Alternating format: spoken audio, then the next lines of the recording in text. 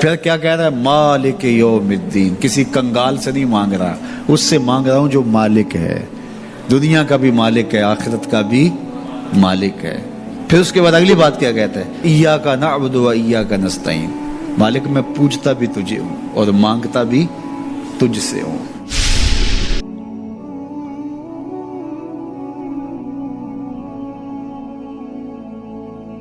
کچھ سائل ایسے ہوتے ہیں جو کوئی بات نہیں کرتے، سیدھا کے ہاتھ پھیلا دیتے ہیں۔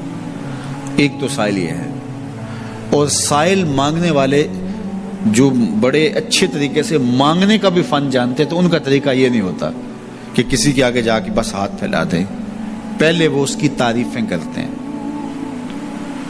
پھر جو ہے وہ اس کی رحم دلی کا ذکر کرتے ہیں، پھر اس کے مال و اسباب جو اس کو دیے گئے ہیں ان کے قصیدے پڑھتے ہیں، پھر اپنی وفاداری کا اظہار کرتے ہیں، پھر جھولی پھیلاتے ہیں۔ تو یہ دوسرا اور مہذب طریقہ ہے۔ ایک تو مانگنے والا اپنی ضرورت کو یوں ہی کسی کے سامنے رکھ دے، اور ایک یہ ہے کہ مانگنے والا اپنی ضرورت کو رکھنے سے قبل جس سے مانگ رہا ہے پہلے اس کی تعریف کرے۔ اب بندے اللہ سے ہدایت مانگنے کے لیے کھڑے ہوئے، پہلے تو وضو کیا، صاف ستھرے ہوئے، کانوں پہ ہاتھ لگائے، اس کے بعد ہاتھ باندھ کے ادب سے کھڑے ہو گئے، اور اب مانگنے لگے تو کیا بولے؟ الحمدللہ رب العالمین۔ وہ آتے ہیں نا مانگنے والے دروازے پہ، تو کہتے ہیں دوبارہ وسدہ روے، فلاں ہو فلاں ہو، وہ تعریفیں کرنے لگ جاتے ہیں۔ تو یہ مرحلہ ہوتا ہے۔ ابھی اس نے سوال لب پہ نہیں لایا ہوتا تو گھر والا پہلے بچے کو کہتا ہے جا اتنے پیسے اس کو دے گیا۔ میاں وہ تو آپ کی تعریفیں کر رہا ہے، مانگ تھوڑا رہا ہے۔ وہ سمجھتا ہے جو تعریفیں کرنا شروع ہو گیا یہ مانگنے کے لیے تو کر رہا ہے۔ اللہ اکبر۔ تو جب بندہ الحمدللہ کہتا ہے رحمتیں اسی وقت برسنا شروع ہو جاتی ہے۔ الرحمن الرحیم، میں سخی کی دہلیز پہ کھڑا ہوں جو رحمان بھی ہے جو رحیم بھی ہے، محض اپنے کرم سے عطا کرتا ہے، رحم کی بھیک مانگ رہا ہوں۔ پھر کیا کہہ رہا ہے؟ مالک یوم الدین، کسی کنگال سے نہیں مانگ رہا، اس سے مانگ رہا ہوں جو مالک ہے، دنیا کا بھی مالک ہے، آخرت کا بھی مالک ہے۔ پھر اس کے بعد اگلی بات کیا کہتا ہے؟ ایاک نعبد و ایاک نستعین، مالک میں پوجتا بھی تجھے ہوں اور مانگتا بھی تجھ سے ہوں۔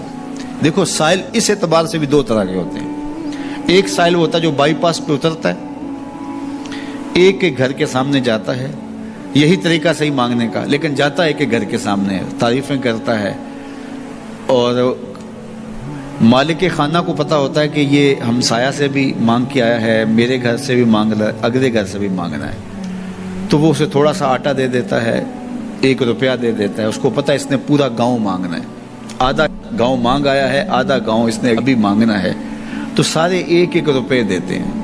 ایک تو سائل وہ ہے جو در در پہ جاتا ہے، اور ایک سائل بائی پاس سے اترا، وہاں سے پل عبور کیا، پھر گلی سے گزرتے ہوئے یہاں آیا، اور یہاں آ کے آپ کے ساتھ اس نے کہا کہ میں کسی در پہ نہیں گیا، آپ کے پاس آیا ہوں، اب آپ نے میری ضرورت پوری کرنی ہے، تو پھر 8 آنے 5 روپے تو نہیں دیے جائیں گے، پھر تو جو میری استطاعت ہوگی، جو آپ کی استطاعت ہوگی، اس استطاعت کے مطابق دیں گے کہ یہ سارا شہر چھوڑ کے آیا ہے، یہ کسی سے نہیں مانگتا، یہ مجھ سے ہی مانگتا ہے، تو پھر آپ اس کی ضرورت پوری کریں گے۔ اگر آپ کے بس میں ہوا تو مانگنے والا کیا کہہ رہا ہے؟